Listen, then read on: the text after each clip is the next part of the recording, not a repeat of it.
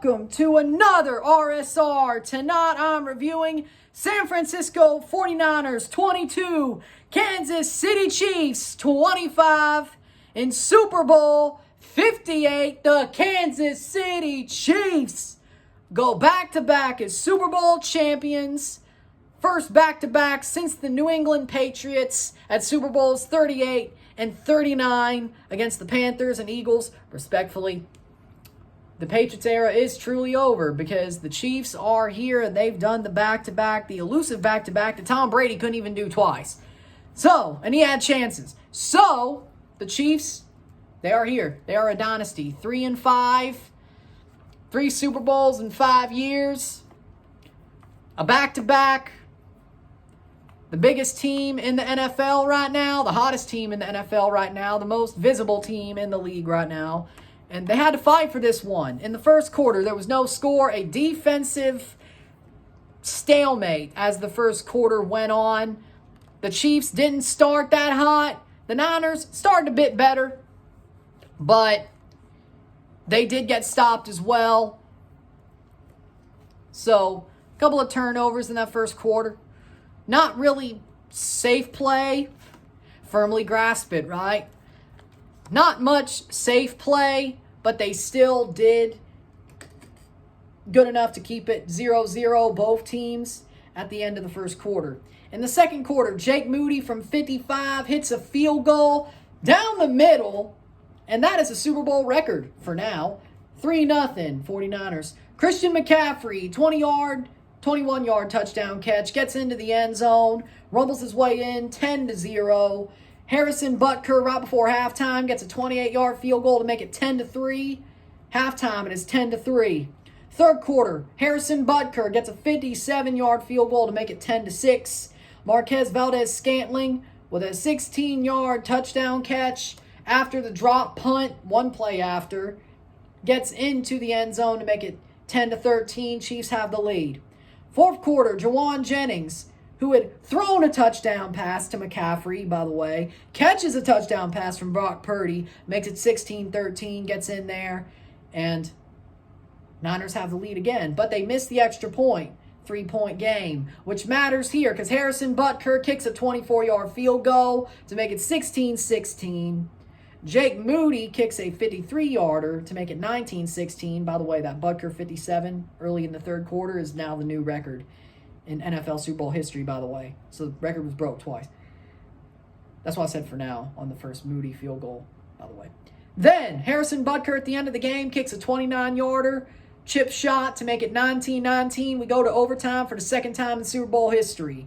Overtime, Jake Moody, the Niners get stopped before getting a touchdown. Jake Moody with a 27-yard field goal to make it 22-19. Chiefs have to score a touchdown to win. Field goal to keep it alive. Seconds to go. The clock is running. They run corn dog. Chiefs fans will know. Mecole Hardman catches the pass wide open for a 3-yard touchdown pass. Carries it in. Walk-off touchdown. Either way, because it was the Chiefs' ball. But I think the clock ran out. It was about to. Very, very close. They let the clock run to the last second, which was pretty stupid. But in the end, it played out. 22-25. Final is 22-25. The Kansas City Chiefs are your Super Bowl champions. I had them winning this game. I was right. I had them winning by more, but that doesn't matter. I still picked them to win. They won. I'm right. That ends my playoffs at 7 out of 13 overall. 7-6 overall.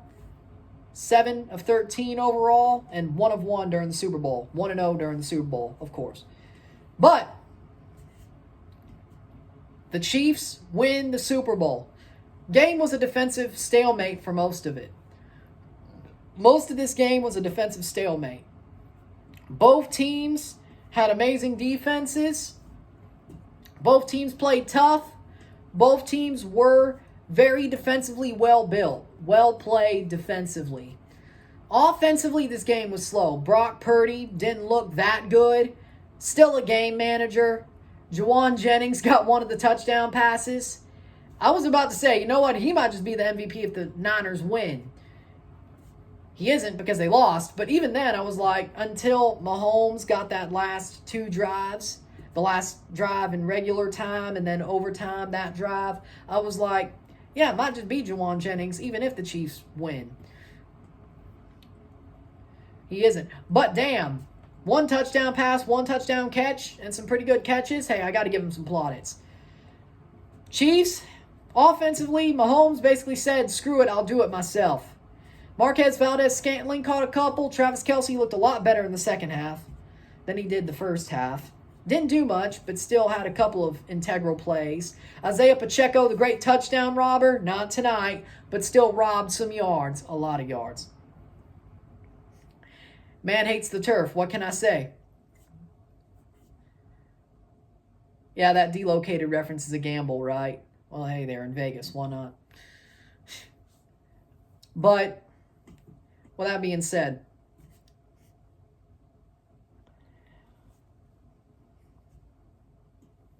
good game so far. Pacheco had a really good game. Man's a great runner. He knows how to run the ball. He's a tough runner. He doesn't stop until the defense gets like 3 guys on him. I mean, every running back is a very tough running back in this game, like McCaffrey was as well. And McKinnon was pretty good in this game, I thought, the times he was in.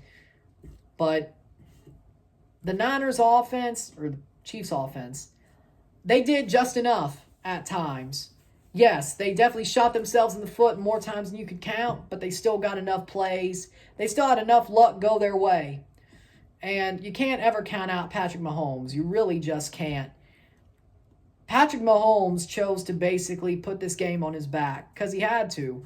His wide receivers were flipping straight back to early season Chiefs, regular season Chiefs.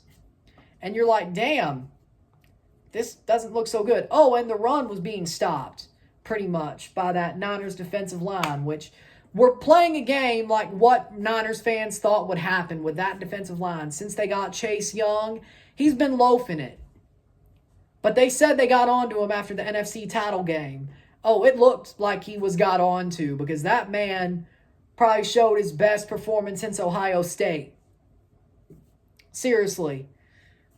And Chase Young was actually the guy that the 49ers wanted in this match. With Bosa, with Armstead, that defensive line, it got a lot of pressure. It created a lot of pressure, created a lot of forced mistakes, a lot of dropbacks.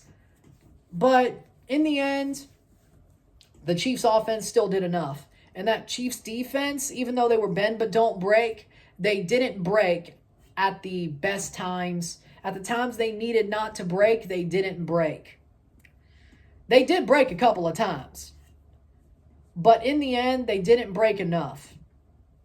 Chris Jones, Mississippi State Bulldog Chris Jones, by the way, made sure the Chiefs were still in this game. That last stop was caused by Chris Jones that led to the field goal that led to the Chiefs driving down the field and scoring a touchdown as time was expiring. And that was what won the game by 3 points.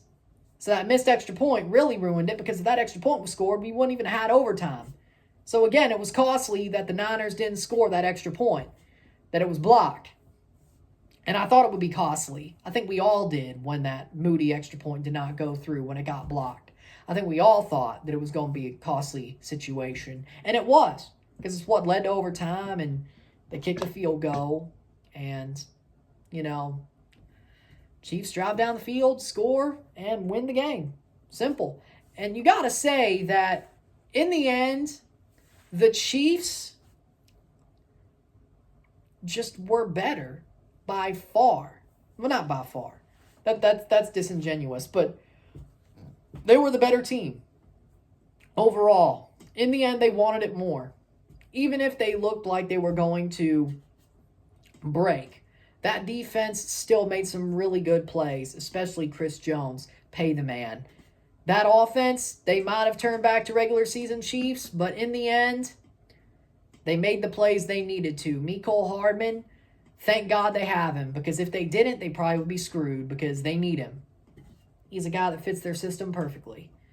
That's why he was traded back when they had the chance, because they knew they made a mistake by not paying him. But the Jets are on the hook for that one, aren't they? Lol Jets. But with that being said, Kelsey had a good second half. Not great, but good. Pacheco, amazing. Mahomes, MVP. My player of the game is Patrick Mahomes. He's the Super Bowl MVP. He was the MVP on SpongeBob's show. And he's the MVP to me. I don't think you could question that. Because if you do, you're just dumb. Those last 2 drives earned it for him. He put the team on his back. He won the game, as he should. And he's got a dynasty to show for it.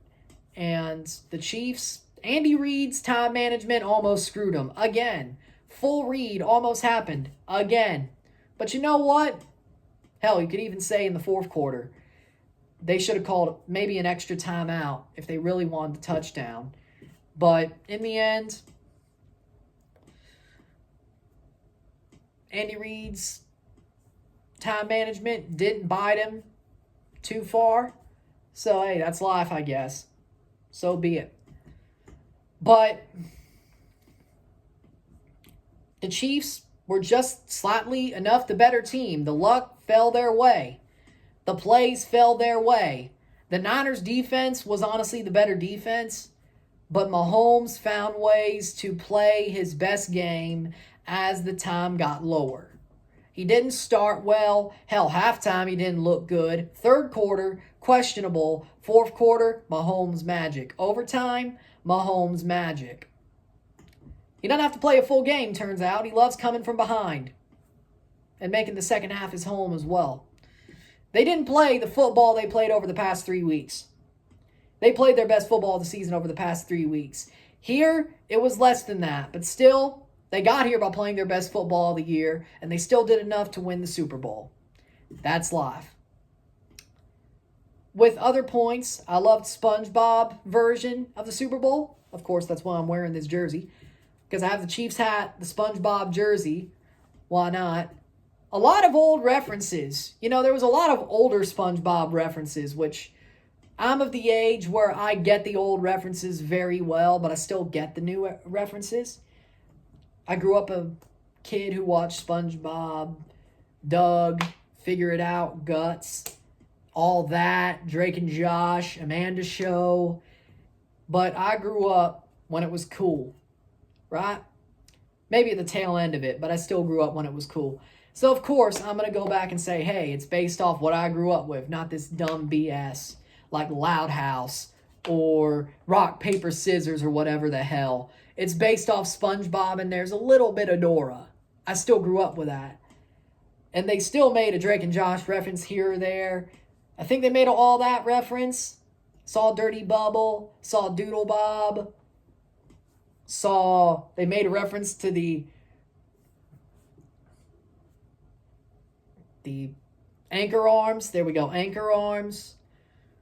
They had the fish hooky, right? They made a lot of good references, and you know what? I loved it. They did it so well. They did it better than I thought. Man, I never miss one of those simulcasts because, again, I grew up a kid who was favored the slime and the orange and the silver ball. Nobody remembers that logo. I'm still not old enough for that logo, but that logo's cool. Which I sort of referenced on my Instagram post before the Super Bowl. If you know, you know. Come along, we can find a world of magic. Come along, we can make the world your friend. Super Bowl in the air, see it shine everywhere. Chiefs are, Chiefs are, Chiefs are. The Chiefs are the champions.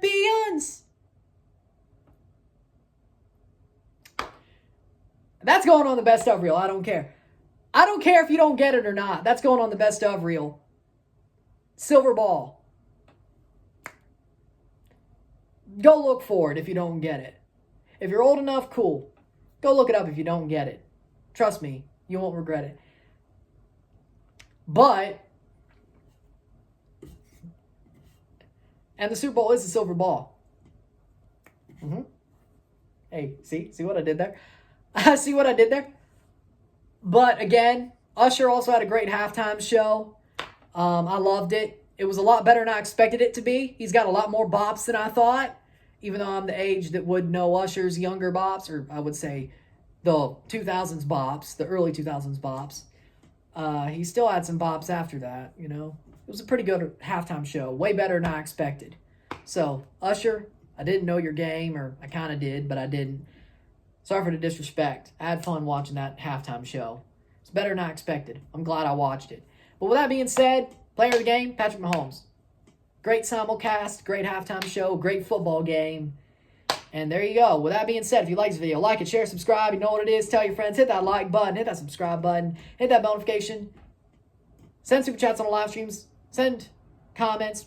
Share this to your friends and family. All that great stuff. I will see you on Tuesday for a live watch-along and review of Chivas versus Forge in the CONCACAF Champions Cup. Wednesday, I will be live for Tigres, Vancouver, and live for America Esteli, reviewing that in the Champions Cup on Valentine's Day. And on the Thursday, because I think the Monterrey tie is over, and I think the Toluca Herediano tie is over, I'm just going to go with a smart play and do Miami versus Newell's Old Boys, the final preseason game.